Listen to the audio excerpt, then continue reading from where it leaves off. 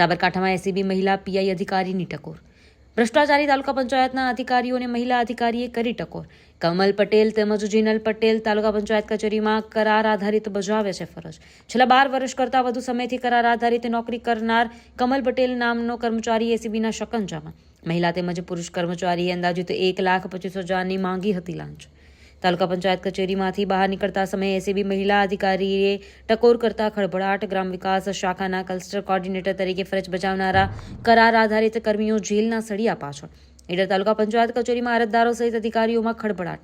એસીબીની ટ્રેપને લઈને મોટાભાગના કર્મચારીઓ સહિત અધિકારી કચેરીમાંથી પલાયન. બંને આરોપીઓને સાથે લઈને એસીબી ટીમ તાલુકા પંચાયત કચેરીમાંથી રવાના. સેગ્રીગેશન માટેની કામગીરી મામલે માંગી હતી 1,25,000ની લાંચ. જાગૃત નાગરિક દ્વારા કરવામાં આવી હતી એસીબીમાં ફરિયાદ.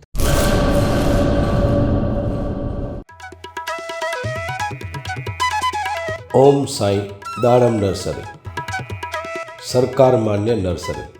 બાગાયત ખેતી કરતા ખેડૂતો માટે ખુશખબર.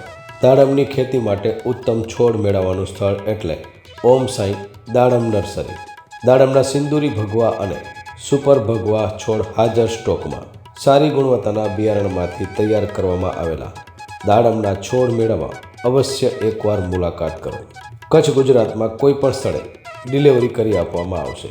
ઓમ સાંઈ નર્સરી, અસ્તગામ, તાલુકો રાહાતા, જિલ્લો અહમદનગર, મહારાષ્ટ્ર.